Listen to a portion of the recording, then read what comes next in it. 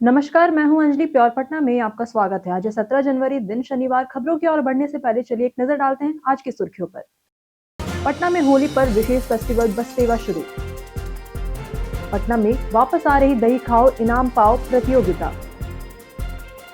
पटना सफाई कर्मियों की सुरक्षा और कल्याण के देश में 15वें स्थान पर। पटना में सड़क सुरक्षा के लिए जल्द आएगी जेब्रा क्रॉसिंग। पटना में भूकंप सुरक्षा पखवाड़ा, डीएम ने रथ को किया रवाना। चलिए नजर डालते हैं आज की 25 अहम खबरों की ओर। बीपीएससी ने स्टेट फायर ऑफिसर भर्ती के लिए आवेदन शुरू किया है। बिहार लोक सेवा आयोग ने स्टेट फायर ऑफिसर के पदों पर ऑनलाइन आवेदन प्रक्रिया शुरू कर दी है। योग्य उम्मीदवार www.bpsc.bihar.gov.in पर जाकर आवेदन कर सकते हैं। आवेदन की अंतिम तिथि 3 फरवरी 2025 है। वही पात्रता के लिए विज्ञान संकाय से स्नातक या फिर यांत्रिकी या फिर ऑटोमोबाइल इंजीनियरिंग स्नातक होगा। वहीं इसी के साथ साथ न्यूनतम आयु होगी यहाँ पर 40 और अधिकतम 55 वर्ष निर्धारित की गई है। चयन शैक्षणिक योग्यता, कार्यानुभव और इसी के साथ साथ साक्षात्कार के आधार पर होगा। पटना और डेहरी में नए हाट का निर्माण, लोक संस्कृति को बढ़ावा। पटना और रोहतास के डेहरी में नए हाट का निर्माण शुरू हो गया है। पटना हाट गांधी मैदान के पास बनेगा, जहां मगध की लोक कला और खान पान की झलक मिलेगी। हाट में 3 मंजिला एम्पोरियम, रेस्टोरेंट, इसी के साथ साथ गेम जोन और फायर अलार्म, लिफ्ट, सीसीटीवी और पार्किंग की सुविधा होगी। डेहरी हाट इंद्रपुरी बराज के पास बनेगा। वही इसमें जिसमें जो भोजपुर की लोक संस्कृति और लिट्टी चोखा का स्वाद मिलेगा।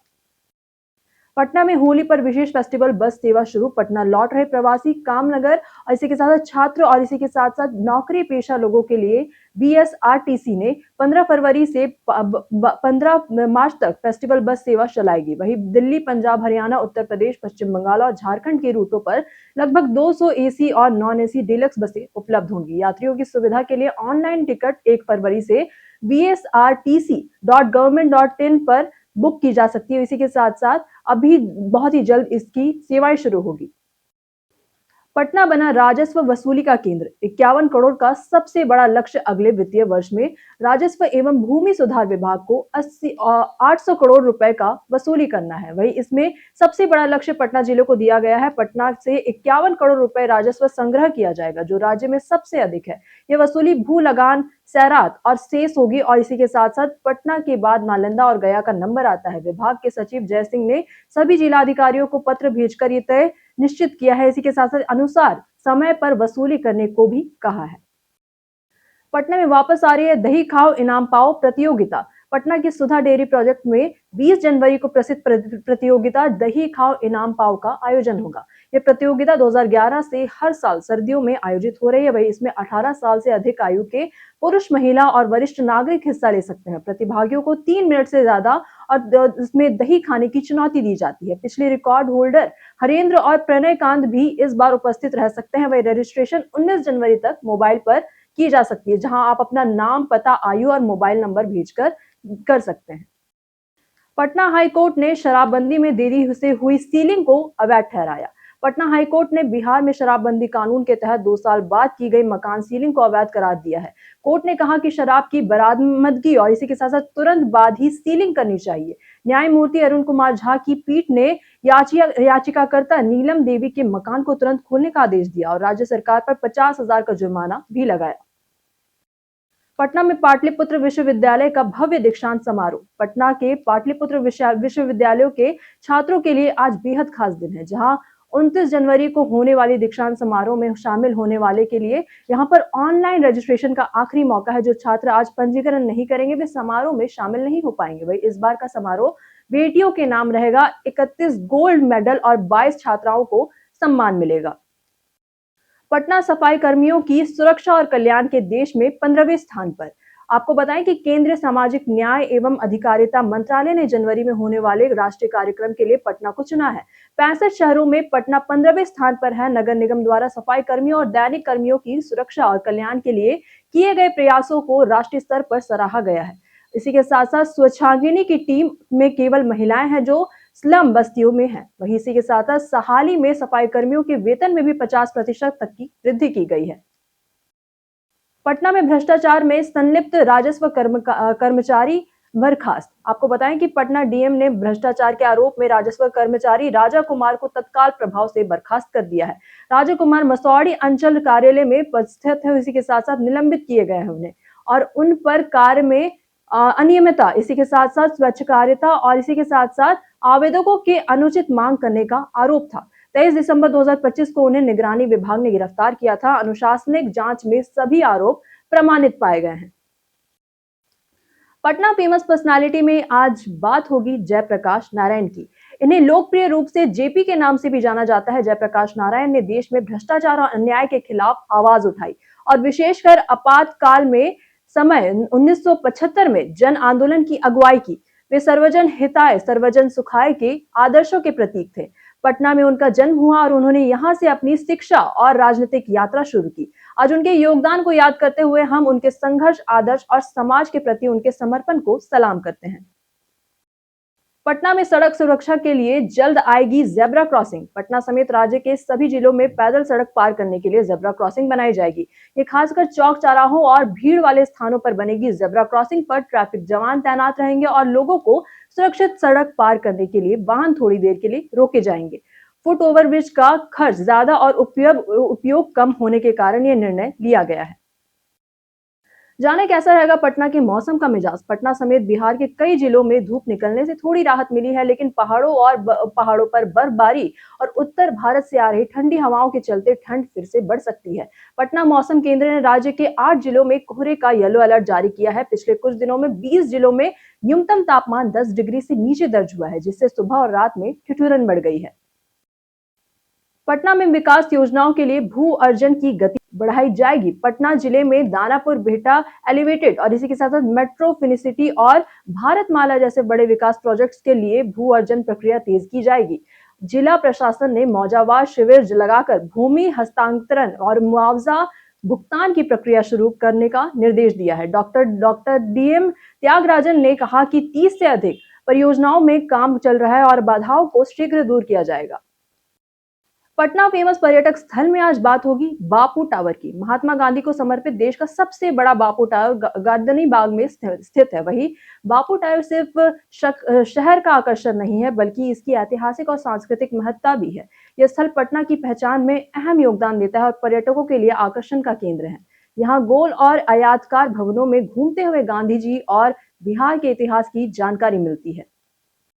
पटना जंक्शन के नीचे मेट्रो स्टेशन का निर्माण शुरू। पटना जंक्शन के पास मेट्रो स्टेशन के लिए गहरी खुदाई का काम युद्ध स्तर पर शुरू हो गया है। इस अंडरग्राउंड स्टेशन में 6 आधुनिक प्लेटफॉर्म बनाए जाएंगे, जो पूरी तरह वातानुकूलित होंगे और इसी के साथ साथ स्टेशन से रेलवे और मेट्रो की सहज कनेक्टिविटी भी होगी। वही दूध मार्केट और बुद्ध स्मृति पार्क के पास एंट्री एग्जिट बनाए जाएंगे। वही पटना जंक्शन से रुकनपुरा तक मेट्रो लाइन अंडरग्राउंड होगी और करबिगिया के बाद से एलिवेटेड रूप में बदलेगी।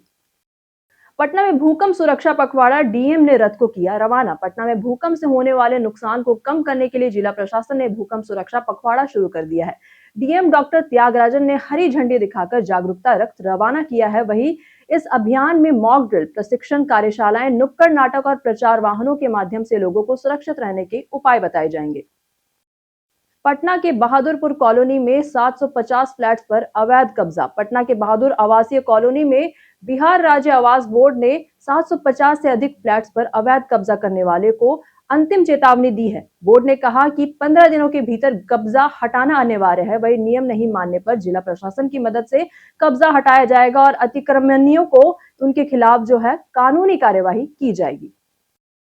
पटना में सोना चांदी की कीमतें रिकॉर्ड स्तर पर। पटना के सराफा बाजार में सोना और चांदी की कीमतों में लगातार तेजी जारी है। चांदी ने नया रिकॉर्ड तोड़ते हुए 2,63,300 रुपए प्रति किलो तक पहुंच गई है, जबकि हॉलमार्क और इसी के साथ साथ आभूषणों में 2,58,000 रुपए में बिक्री हो रही है। सोने की कीमतों में भी कोई राहत नहीं है। 24 कैरेट सोना रिकॉर्ड स्तर पर बना हुआ है। ऊंचे रेट के कारण ग्राहक भारी गहनों की जगह हल्के आभूषण खरीदने या सिर्फ पूछताछ करने तक सीमित हो रहे हैं। बीएसईबी इंटर 2026 के एडमिट कार्ड जारी। आपको बताएं कि सेंटअप उत्तीर्ण छात्र ही परीक्षा देंगे। बीएसईबी ने इंटरवार्षिक सैद्धांतिक परीक्षा के लिए 2026 के लिए एडमिट कार्ड जारी कर दिया है। ये प्रवेश पत्र केवल संबंधित संस्थान के प्रधान द्वारा हस्ताक्षरित होंगे और मुहर उसी के साथ साथ विद्यार्थियों को दिए जाएंगे। वही विद्यार्थी खुद से एडमिट कार्ड डाउनलोड नहीं कर सकते। सेंटअप परीक्षा में पास होने वाले छात्र ही मुख्य परीक्षा में शामिल होंगे। उत्तीर्ण और इसी के साथ साथ अनुपस्थित छात्र भी यहाँ पर प्रवेश पत्र प्राप्त नहीं कर पाएंगे। दिव्यांग परीक्षार्थियों के लिए श्रुति लेखक की सुविधा भी उपलब्ध होगी। बिहार में राशन वितरण में बड़ा बदलाव, गेहूं की मात्रा बढ़ी। बिहार सरकार ने राष्ट्रीय खाद्य एवं सुरक्षा अधिनियम के तहत राशन वितरण में बदलाव किया है। अब अंत्योदय इसी के साथ साथ अन्य योजना और पूर्वी प्राप्त और इसी के साथ साथ गृहस्थी लाभुकों को राशन अनुपात 1.4 से बढ़कर 2.3 कर दिया गया है। जबकि जनवरी 2026 से लागू होने वाली नए नियमों के अनुसार एएवाई परिवार को 35 किलो राशन मिलेगा, जिसमें गेहूं 14 किलो और चावल 21 किलो होगा। वही पीएचएस लाभुकों की प्रति यहाँ पर व्यक्ति 5 किलो राशन मिलेगा। बिहार में जल्द शुरू होगी 5 नई अमृत भारत एक्सप्रेस ट्रेनें। पूर्व मध्य रेल ने घोषणा की है कि बिहार से 5 नई अमृत भारत एक्सप्रेस जल्द ही शुरू होगी। 4 ट्रेनें 18 जनवरी और एक ट्रेन आज यानी कि 17 जनवरी को उद्घाटन स्पेशल के रूप में रवाना होगी। इन ट्रेनों से बिहार और पड़ोसी राज्यों के यात्रियों को लंबी दूरी की यात्रा में आसानी मिलेगी और प्रमुख शहरों के बीच कनेक्टिविटी मजबूत होगी। ऑस्ट्रेलिया में पहली बार बिहार पूर्वांचल महोत्सव का आयोजन। ऑस्ट्रेलिया के सिडनी में पहले अंतर्राष्ट्रीय बिहार पूर्वांचल महोत्सव का आयोजन हुआ है। इसमें 30 देशों में रहने वाले प्रवासी पूर्वांचली और भारत ऑस्ट्रेलिया के राजनीतिक सामाजिक व्यक्तित्व भाग लेंगे। वहीं महोत्सव के दौरान पूर्वी इंटरनेशनल और मंच की नींव रखी जाएगी, जिसका उद्देश्य युवाओं को नेतृत्व, अनुशासन, खेल और सेवा के माध्यम से विकास के अवसर देना है। वहीं महोत्सव में रक्तदान, स्वच्छता अभियान और इसी के साथ साथ वृक्षारोपण, कौशल कार्यशालाएं और सांस्कृतिक आदान प्रदान जैसे कार्यक्रम होंगे। नीतीश कुमार ले रहे हैं बिहार के विकास की समीक्षा। मुख्यमंत्री नीतीश कुमार बीते 16 जनवरी से पश्चिम चंपारण में दौरे पर हैं। इस दौरान वे औद्योगिक क्षेत्रों का निरीक्षण करेंगे, वहीं किसानों के लिए कृषि मेले का भी उद्घाटन करेंगे और आम जनता से सीधे बातचीत करेंगे। यात्रा के दौरान 193 करोड़ रुपए की 125 नई परियोजनाओं की आधारशिला रखी जाएगी, जो कि 29 करोड़ रुपए की 36 परियोजनाओं का उद्घाटन किया जाएगा। अगले 8 दिनों में मुख्यमंत्री 9 जिलों में विभिन्न विकास परियोजनाओं की समीक्षा करेंगे और राज्य में तेजी से काम कर रही योजनाओं की प्रगति की जायजा भी लेंगे। वैभव सूर्यवंशी की टीम में शामिल होने पर पूर्व कोच का बड़ा बयान। अंडर 19 वर्ल्ड कप 2026 में भारत ने यूएसए के खिलाफ पहला मैच खेला और 14 साल के बल्लेबाज वैभव सूर्यवंशी सिर्फ 2 रन में ही यहां पर आउट हो गया और इस पर पूर्व भारतीय महिला टीम कोच WV रमन ने कहा कि सूर्यवंशी को अभी अंडर 19 टीम में शामिल करना उनके विकास के लिए हानिकारक हो सकता है। बोर्ड ने उन्हें अनुभव देने के लिए टीम में रखा है। वही तेज गेंदबाज हैनिल पटेल ने शानदार प्रदर्शन करते हुए 5 नाबाद 16 विकेट के लिए यहां पर टीम को जीत दिलाई। लावा ब्लेज डुओ 3 जल्द होगा लॉन्च भारत में। आपको पता है कि लावा जल्द ही अपना नया स्मार्टफोन ब्लेज डुओ 3 भारत में लॉन्च करने वाला है। यह ब्लेज डुओ 5G का सक्सेसर होगा। इसी के साथ इसमें 50 मेगापिक्सल का AI रियर कैमरा और 1.6 इंच का सेकेंडरी डिस्प्ले मिलेगा।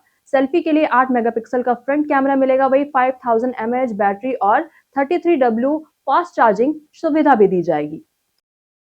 बीते दिनों हमारे द्वारा पूछे गए सवाल का जवाब आप लोगों में से बहुत लोगों ने हमारे कमेंट बॉक्स पर कमेंट सेक्शन में लिख कर दिया है। जिन्होंने हमारे द्वारा पूछे गए सवाल का जवाब दिया है उनके नाम है राकेश मिश्रा, संजीव कुमार, अमरजीत कुमार, अनूप, दीनानाथ, काजल कुमारी। इसी के साथ बढ़ते हैं आज की सवाल की ओर और आज का सवाल है कि आपके क्षेत्र में साफ सफाई और कचरा प्रबंधन की स्थिति के बारे में आपकी क्या राय है। आप अपना जवाब हमें हमारे कमेंट सेक्शन में लिखकर जरूर बताएं। आज के लिए बस इतना ही। बिहार की तमाम खबरों के साथ बने रहने के लिए हमारे लिए देखते रहे यहाँ पर प्योर पटना। और साथ ही अगर आप यूट्यूब चैनल पर देख रहे हैं तो चैनल को सब्सक्राइब करें और अगर आप फेसबुक पेज पर देख रहे हैं तो पेज को लाइक और फॉलो जरूर करें।